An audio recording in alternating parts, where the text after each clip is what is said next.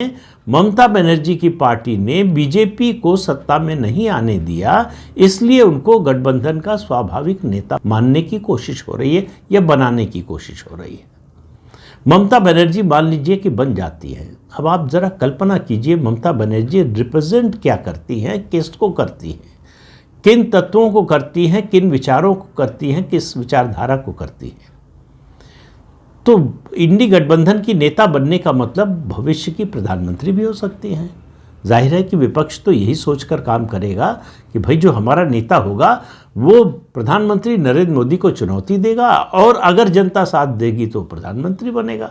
अब आप देखिए कि क्या करेंगी ममता बनर्जी, ये तो भविष्य की बात है। ना हम भविष्यवक्ता हैं ना आप भविष्यवक्ता हैं, लेकिन 13 साल पश्चिम बंगाल के मुख्यमंत्री रहते हुए उन्होंने क्या किया, जरा उस पर गौर करना चाहिए। उससे एक अंदाज़ा लगेगा, अनुमान लगा सकते हैं कि भविष्य में क्या हो सकता है। हालांकि कोई भी व्यक्ति कभी भी बदल सकता है, लोग बदलते हैं और बदलना चाहिए भी। परिवर्तन जो है वो प्रकृति का नियम है, लेकिन राजनीति में चीज़ें कहा जाता है जितनी बदलती हैं उतनी वैसी ही रह जाती है।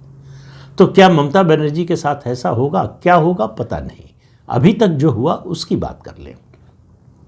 ममता बनर्जी का मतलब है ऐसा नेता, ऐसी पार्टी जिसका पारदर्शी चुनाव प्रक्रिया में कोई विश्वास नहीं है, विपक्ष को समान अवसर देने में कोई विश्वास नहीं है, चुनावी हिंसा जिसका सबसे बड़ा हथियार है, चुनाव से पहले हिंसा, चुनाव के दौरान हिंसा और चुनाव जीतने के बाद भी हिंसा, ये जिस पार्टी की विचारधारा का मुख्य अंग हो, आप कल्पना कीजिए कि वो देश का प्रधानमंत्री बन जाए तो क्या करेगा।